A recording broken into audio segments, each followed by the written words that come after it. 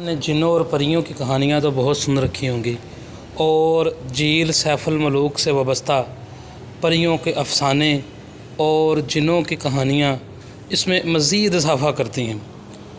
इन्हीं बातों ने मुझ पर ये इंकिशाफ़ किया और लोगों से मिलने पर यह पता चला कि वज़ीराबाद के करीब भी एक परिस्तान है।